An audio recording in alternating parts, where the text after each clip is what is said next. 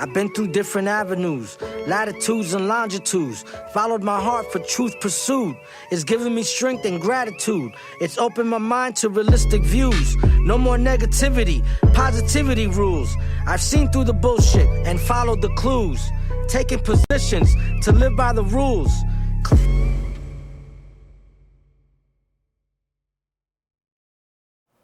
Chameo. How are you? Religion, faith. I'm good. Religion and faith. Yeah, that's a big one. It's a But huge one. let's kind of dissect it down into smaller segments of kind of piggybacking on our personal journey. Which, before I go any further, I just want to make it absolutely clear that I was a part of Christianity specifically for over 20 years. Okay. I know that there are benefits to religion and faith. I want to start with the pros. And a strong sense of community is fantastic. A means to dopamine, purpose, sense of purpose, a morals guideline. Religion has good qualities. Sure. And it is something that, for me now, I spent several years deconstructing out of. And so, specifically, we both know the good.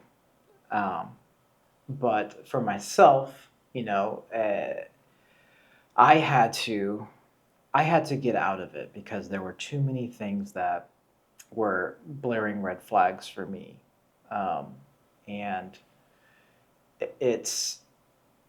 I'm gonna lay out kind of a statement that I consider an absolute truth, but everyone is born atheist until convinced otherwise, right?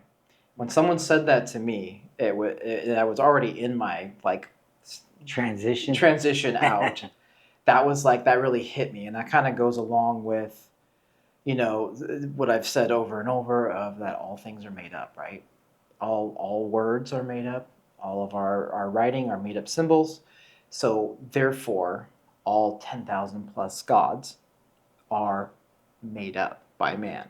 Mm-hmm. So that was just one of several things that kind of helped me get out of it. And towards the end of my deconstruction period, I also, someone else said something to me too that really hit me was, what sane human would choose to enter a church or a mosque to worship a hypothetical God that stands idle while children are raped?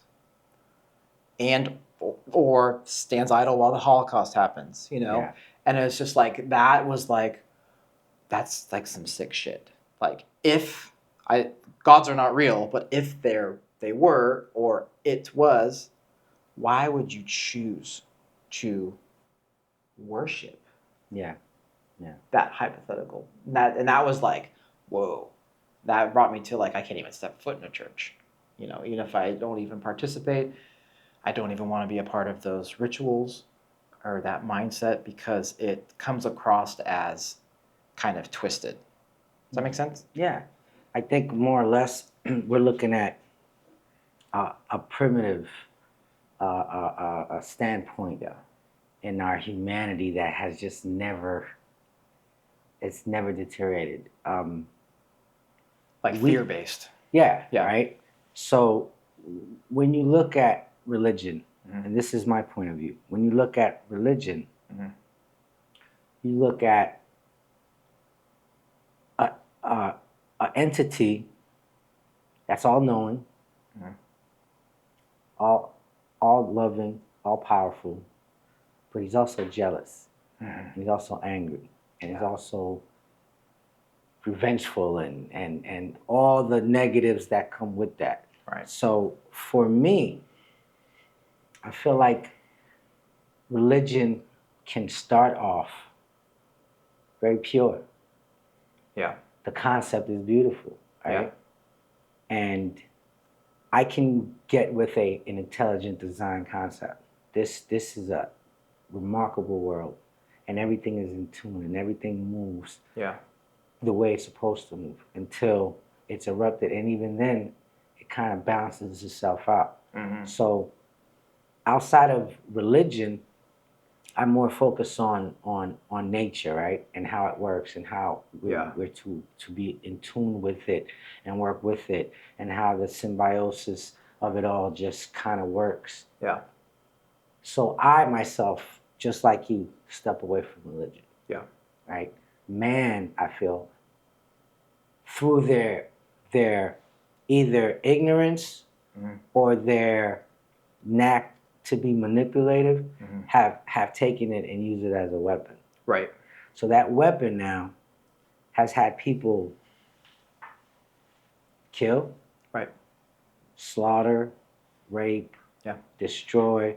Outside of disease and outside of mosquitoes, Well, religion is the number one killer. Yeah, definitely. Over our history. I mean, it can be the fault of every bad thing that happened, or it could be the fault of every good thing that happened, depending on what you look at. Right. I remember a man told me that the more educated you become, the more evolved you become, the less into religion you become. Right. Only because the concept of it is so contradictory. Yeah. Right. To logic, to reason, to critical thinking. My dad and I used to have these conversations. My dad, his philosophy is the Eastern philosophy, Buddhism. Right. My mother's was a devout Catholic. Yeah. I think I told you that before. My grandparents were Christian. Yeah. Their father was a minister. So I grew up in this household with so much dialect on religion. And that brought me to a place of it's okay to ask questions because I was forced to. Okay, if you believe in this and you believe in that, which one is accurate, which one is more understanding. And what I learned from all that was you can believe what you want to believe. You can make sense of it. You can rationalize it. You can use it to make you upstanding. You can use it to make you vengeful and angry, right? Sure. Yep. And when you use those things as a weapon, you end up becoming the exact same thing that you that you hate. Yep. Right? So I can get with the theory of some people need it. Some people need it to keep balance. That structure. Some people need that structure, right? When I was when I became sober and I went to AA, I noticed that whenever somebody fell from grace, you would say, right? They went back to drinking and drugging. They blamed their lack of faith. The supernatural. I didn't pray enough. Yeah. I must have not believed enough. Yeah. Right? Which is unfortunate because... And it is unfortunate because you just gave yourself an excuse to keep doing what you're doing. Right. There's an interesting movie that I saw about these monks that went into Japan. And these monks were bringing people into Christianity. Yeah. And one particular character kept betraying the monks and then repenting. And no matter how many times he repented, his nature made him betray because his knack for survival, because all he had to do for the Japanese to forgive them was tell on the Christians, and all he had to do for the Christians to forgive them was repent. And it just became a cycle. It just became a cycle because he was more in tune with his nature than he was with his moral fabric of, survival was more important. As a human, his own DNA. As a human. Yeah. And I think because we live in a society that we can make rational decisions. Yeah. And religion to me almost goes against all human nature. You're fighting you're fighting your inner being, Yeah. You're told not to do something because even though it makes you feel good, you're told to kind of... It goes against all of our primal instincts. Primal instincts. So you live in a world where you're dealing with your physicality, your humanity, and then we're taught there's a spirituality. Yeah. Right? That's there to judge and condemn and That's always conflict. Right. That's always conflict. Well, but it was in the whole religious concept of gods and the supernatural was all birthed from a lack of knowing our objective world, and you can't blame them. Like it's fear based, because we didn't know. We didn't know, and let's say it was 6,000 years ago, 8,000 years ago, 10,000 years ago. Why haven't we evolved from that? We used to think science was magic. We used to think herbalists were witches. Yep. And we used to think alchemy was, witchcraft, right? Yeah.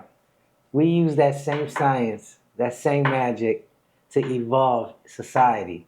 Yeah. But we're not using it to evolve in ourselves. Well, and it's statistically it's phasing out over the world. It is phasing out. It is. We're going more into reason and logic, and but why? Because of the information that because we of have the access worldwide internet and the access to accurate information is more than it ever has been. Now, I don't know how accurate this is, but I did read somewhere where they said the Muslim world in the earlier beginnings was the most scientific of all the religions. They came out with algebra. They knew how to compass the skies and astronomy and all that. Yeah.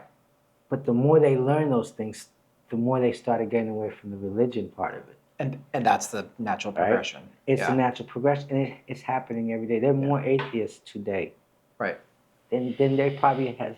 And we talked about before. It's even going into the nuns. Like, I don't have to be anything. I don't have to be. I don't have to. I mean, if they're to define something, yes, I'm atheist. I'm right back to how I was when I came out of my mother's womb. But we can just say I'm nothing. I just Well, I would say I'm atheist. Yeah. I think I lean towards just agnostic. Sure. And just being okay with not knowing. Yeah. We don't have to. I don't have to. It doesn't change. It doesn't change our bills that are coming in. It doesn't change anything of our modern objective life, right? It doesn't. And to live with the knowledge you have. Yeah. To be able to revert back and pretend you're ignorant. Yeah. To all the facts that you see in front of you. Yeah. It's insane. Yeah. It's insane. It's sanity. And I mean, you're losing your sanity every day because you're just filling yourself up with disappointment. Sure.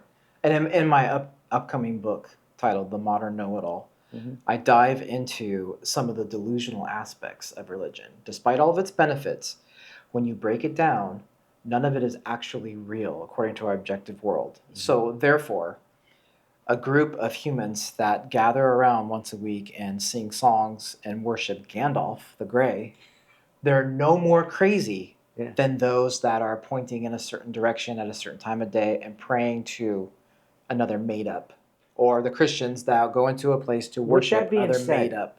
With that being said, I find it interesting that the people who took this information was able to break it down, decipher it, picked and chose what they kept in it. Of course. Because too much of the information is contrary to. It's contrary, right? You have to you're constantly defending it and modifying it and making it relatable to modern times. And the three main religions all start from the same source. But they're always in conflict. So religion in the concept to me can be beautiful. It gives you moral. Yeah. In a society like this, you want to feel bad for doing the wrong thing. You want somebody to, right? But more people follow the rules because of the consequences. Right. Not because like I said, it almost goes against your instinct. Right.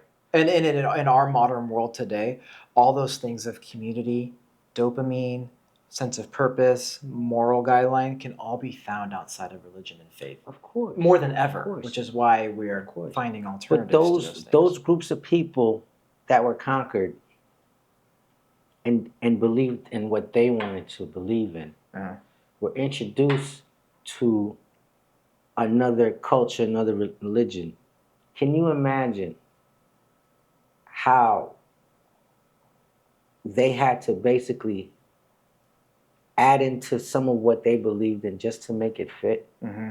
Like you talk about Right. Christmas, you talk about Easter, you talk about all these other Pagan. These were pagan. Easter is the solstice, right? It's spring. It's when the rebirth. It's when everything grows, right? Yeah. It had nothing to do with Christianity. No. And it's over time. These things have been distorted and They've all been lost distorted. in translation. And the greatest. Somebody told me the greatest trick that the devil ever made was making people believe that he doesn't exist, right? And I like to say the greatest trick that God ever did was to make people believe how powerful he is. You know what I mean? Yeah. Because just the illusion in general. The illusion, the fear. Yeah. You have a perfect being. Yeah. Who you have to be afraid of. Yeah. Who you have to. Oh, it's authoritarian. It's abusive. It's very abusive. It's abusive.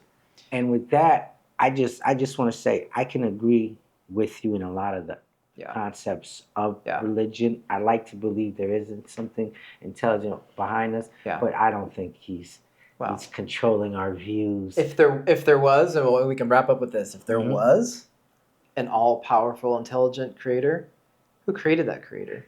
Who created the creator that created that creator? And it becomes so silly. It does. And that's why I'm okay with not knowing. Yeah. I'm okay. It doesn't change anything. It doesn't change anything. No. We'll have another segment that dives into, religion, faith is so broad. But we'll dissect it down and look at like different elements of that in the future. But that's a strong one for us. We just touched. Oh gosh. Yeah. Not even fraction. Just a fraction. Yeah. Like one planet out of our billion cosmos that's out there. It's another thing. Oh. Can you imagine? We can talk about this all day. We'll do it. We'll just pick another segment. Segment. It's been a pleasure. Just go with it. All right, man.